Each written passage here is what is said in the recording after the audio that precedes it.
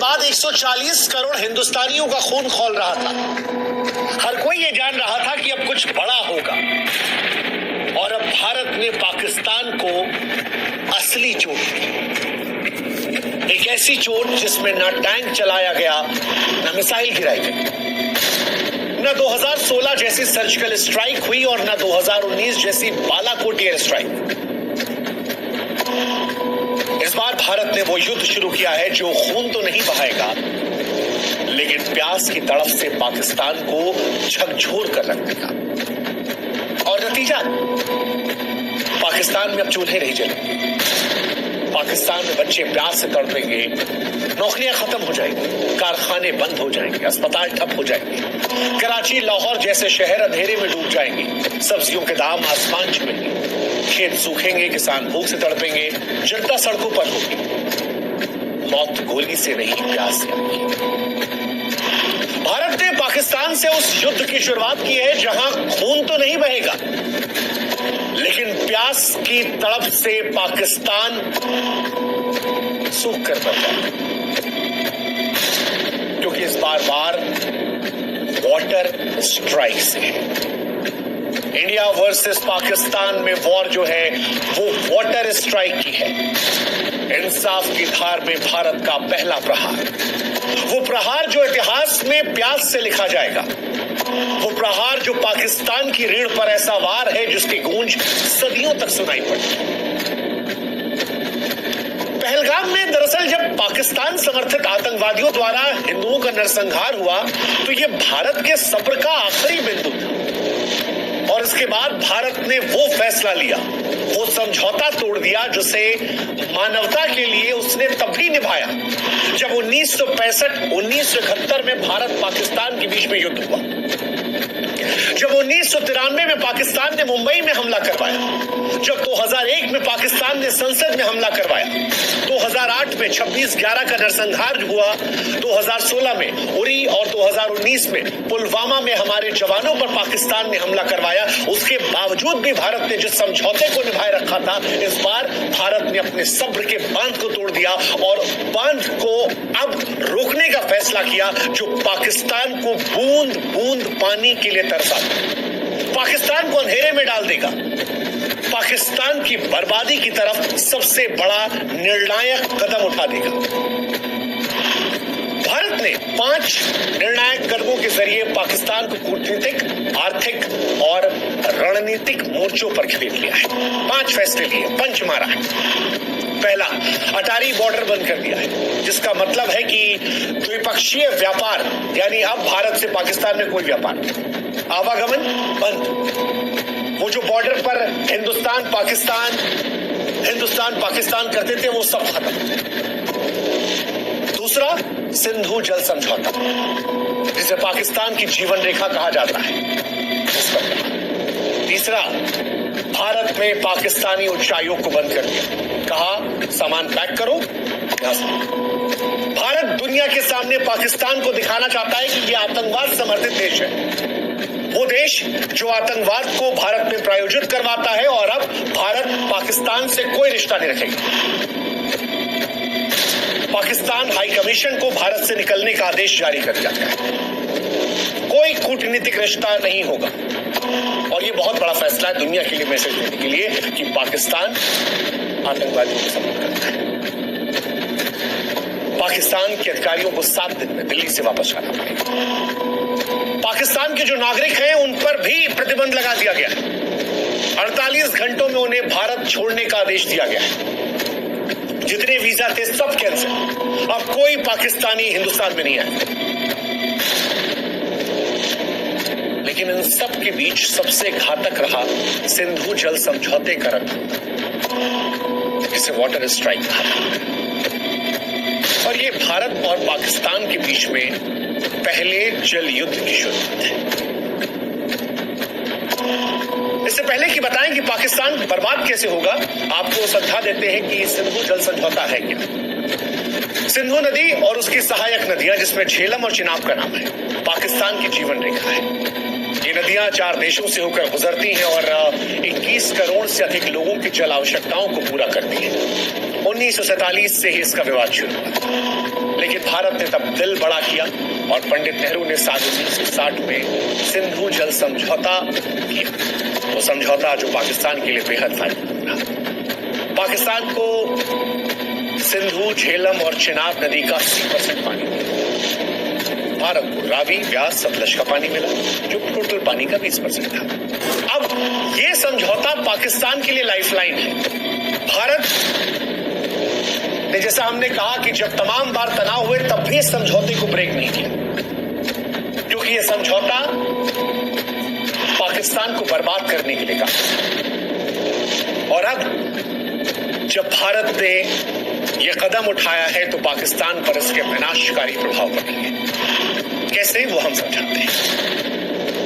दरअसल पाकिस्तान की 80% सिंचाई सिंधु और इसकी सहायक नदियों पर निर्भर है। पाकिस्तान में खेती करने के लिए जो 93% पानी का उपयोग होता है वो यहीं से होता है, और बिना पानी के पाकिस्तान के जितने खेत हैं वो सब बंजर हो जाएंगे, फसलें नष्ट हो जाएंगी, किसान बर्बाद हो जाएंगे, हताशा का सामना। ये पहली कहानी है। असर क्या होगा? असर ये भी होगा कि खेत खलिहानों के साथ साथ पाकिस्तान के जो बड़े शहर हैं, कराची, लाहौर, मुल्तान, इन शहरों में जल आपूर्ति इन्हीं नदियों पर निर्भर है। और पानी की कमी होगी तो लोग एक एक गिलास साफ पानी के लिए तरसेंगे। पाकिस्तान में माएं अपने बच्चों के लिए पानी की तलाश में, अस्पतालों में मरीजों का इलाज होगा। तीसरा, पाकिस्तान अंधेरे में डूब जाएगा। सिंधु बेसिन पर बने हाइड्रो पावर प्रोजेक्ट पाकिस्तान की बिजली का प्रमुख स्रोत है। पानी की कमी से बिजली का उत्पादन ठप हो जाएगा। पाकिस्तान के बड़े शहर कराची, मुल्तान, लाहौर, ये सब शहर अंधेरे में डूब जाएंगे, कारखाने बंद हो जाएंगे। और अब क्योंकि गर्मी आने वाली है, ऐसे में ये गर्मी असहनीय हो जाएगी, बर्दाश्त के बाहर हो जाएगी।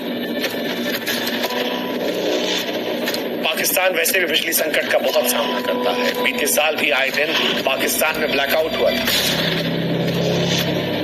इस साल गर्मी पाकिस्तान को बहुत महंगी पड़ी। खेत खलिहानों में क्योंकि पानी आएगा नहीं, तो पाकिस्तान में फसलों की कमी के चलते अनाज और सब्जियों की कीमतें जो है वो आसमान को छू जाएंगी।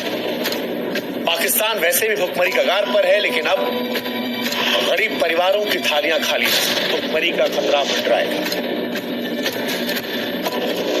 अब क्योंकि कृषि और बिजली क्षेत्र ठप रहेगा तो पाकिस्तान की अर्थव्यवस्था चरमरा जाएगी, निवेशक भाग जाएंगे, बाजारों में अस्थिरता रहेगी।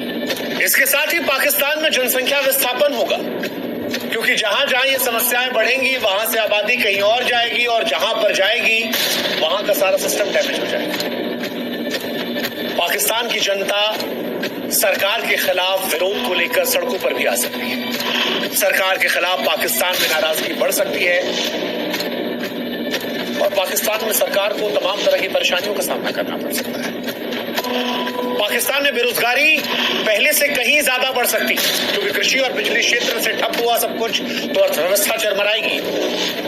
पाकिस्तान वैसे ही निवेशकों की कमी से परेशान है, और इसके बाद निवेशक भाग जाएंगे, कंपनियां बंद हो जाएंगी, बाजारों में अस्थिरता बढ़ेगी, और पाकिस्तान अलग अलग दृष्टिकोण से बर्बादी की तरफ चला जाएगा। हालांकि क्या ऐसा कल से ही होने वाला है? तो जवाब है नहीं। भारत ने जो ये फैसला लिया है, ये ऐसा नहीं है कि कल से ही पाकिस्तान को बर्बाद कर देगा। क्योंकि कई लोग के मन में सवाल है कि क्या ऐसा फैसला लेने के बाद पाकिस्तान तुरंत बर्बाद हो जाएगा, या बर्बाद पाकिस्तान होगा तो कितना समय लेगा? इसका जवाब भी हम आपको देंगे। सिंधु जल संधि टूटने से तत्काल गंभीर नुकसान पाकिस्तान को नहीं है। क्यों नहीं है वो समझाते हैं। सिंधु, झेलम, चिनाब नदियों का पानी जो है वो तुरंत नहीं रुकेगा, क्योंकि ऐसा करने के लिए भारत को बड़े बांधों की जरूरत है, जो फिलहाल अभी तैयार नहीं है। इसके अलावा पाकिस्तान के पास तारबेला, मंगल जैसे जलाशय भूजल है, जो कुछ महीनों तक कृषि, पानी, बिजली की जरूरतों को पूरा कर सकते हैं। एक, भारत ने फैसला आतंकवाद के दृष्टिकोण से लिया है, लेकिन पाकिस्तान ने इसके बाद छाती पीटने विश्व बैंक और अंतर्राष्ट्रीय समुदायों के पास जाएगा, मानवता की दुहाई देगा, आवाम को बचाने की अपील करेगा और अंतर्राष्ट्रीय समुदाय के जरिए भारत पर दबाव डलवाने की कोशिश करेगा। हालांकि भारत की सरकार ने जब ये फैसला लिया है तो वो इसके परिणामों से वाकिफ रही होगी कि क्या हो सकता है। तीसरा, पाकिस्तान बारिश या ग्लेशियर पिघलने से बच सकता है, क्योंकि ऐसा रहा तो नदियों में पानी बना रहेगा। पाकिस्तान जो छोटे छोटे नहरें हैं, जलाशय है, भूजल है, उनका इस्तेमाल करके तत्कालिक तौर पर परेशान नहीं, ये बात सच है। तुरंत खतरा नहीं है पाकिस्तान पर, लेकिन एक सच जो है वो ये कि हर पाकिस्तानी के दिल में भविष्य को लेकर डर रहेगा, पाकिस्तानियों में अनिश्चितता बनी रहेगी और जब भी लंबे समय में भारत पूरा पानी रोकने की क्षमता बनाएगा तब पाकिस्तान का संकट, खेती का संकट, नौकरी का संकट, रोजगार का संकट, बिजली का संकट, बर्बादी का संकट, भूख का संकट और इन सबसे देखिए अभी ये सिर्फ डर है जो चुपके से पाकिस्तान में पूरी रहा है, लेकिन भारत ने कश्मीर के पहलगाम में जो कुछ देखा, जो कुछ सुना, जो कुछ जाना, उससे जो डर पैदा हुआ, जो गुस्सा पैदा हुआ, जो नफरत आई, उसके बाद मानो पाकिस्तान को स्पष्ट संदेश देने का मतलब है कि भारत ना हमास जैसी हरकत बर्दाश्त करेगा और ना पहले जैसी खामोशी। अगर हमला हमास जैसा होगा पाकिस्तान को जवाब इजराइल जैसा मिलेगा।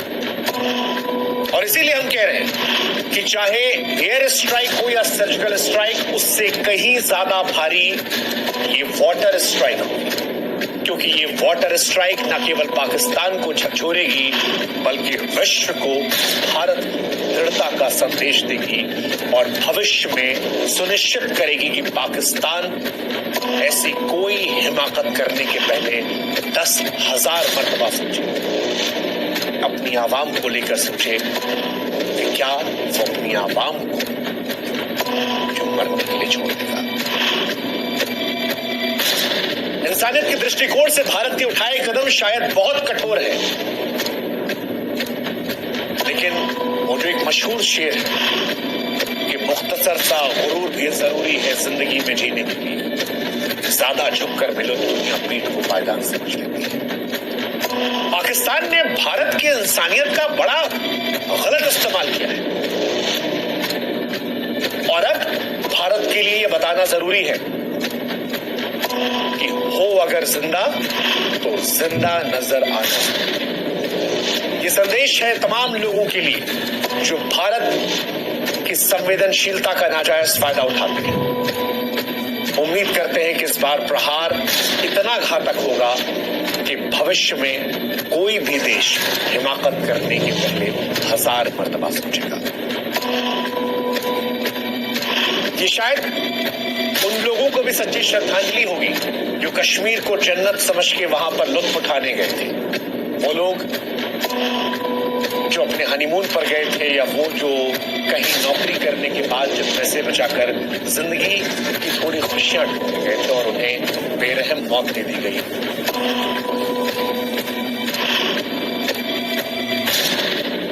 हिंदुस्तान गोली नहीं चलाएगा, युद्ध खून से नहीं लड़ेगा, लेकिन इस बार वॉर पानी प्यास का होगा और पाकिस्तान इस बार प्यास की ताकत से झकझोर जाएगा।